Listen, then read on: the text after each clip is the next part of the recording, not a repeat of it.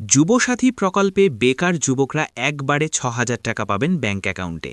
হ্যাঁ, ঠিকই শুনছেন, এই খবরে বিস্তারিত জানাবো কলকাতা টিভি ডিজিটালে। আপনাদের সঙ্গে রয়েছে আমি ঋষিকেশ। ঠিকই শুনেছেন, যুবসাথী প্রকল্পে বেকার যুবকরা একবারে ৬,০০০ টাকা পেতে পারেন।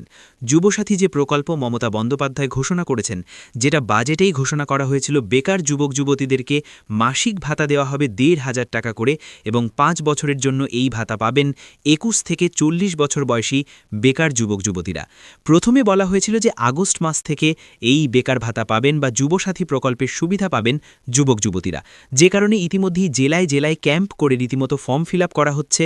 আপনি চাইলে অনলাইনেও ফর্ম ফিল করতে পারেন, অনলাইনে ফর্ম ডাউনলোড করে আপলোড করতে পারেন ফিল করে, সেই সুবিধাও দেওয়া হয়েছে।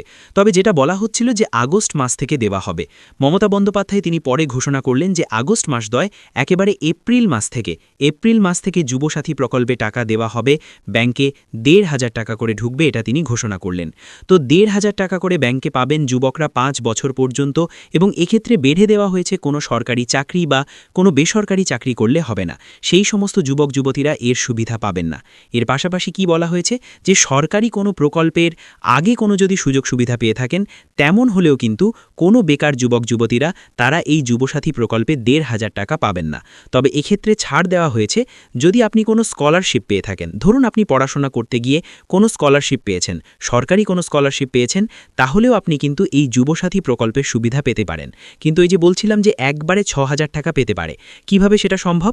কারণ যেটা জানা যাচ্ছে সূত্র মারফত, যে আগস্ট মাস থেকেই যদি অ্যাকাউন্টে দেওয়া হয়, তাহলে দেখা যাবে যে এই যে এপ্রিল, মে, জুন, জুলাই, কারণ অনেক প্রক্রিয়া রয়েছে, নতুন সরকার আসবে ক্ষমতায়, তারা এই অর্থাৎ যদি তৃণমূল কংগ্রেসই আবারও সরকার গঠন করে, তারপরে এই প্রক্রিয়া শেষ হবে এবং টাকা অ্যাকাউন্টে যেতে যেতে আগস্ট মাস হয়ে যেতে পারে।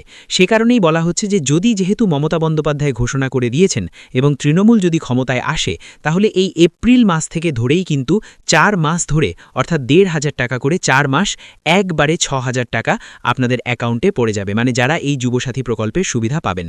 সেক্ষেত্রে কিন্তু বলা হচ্ছে যে একবারে ৬,০০০ টাকা পেয়ে যাবেন বেকার যুবক যুবতীরা।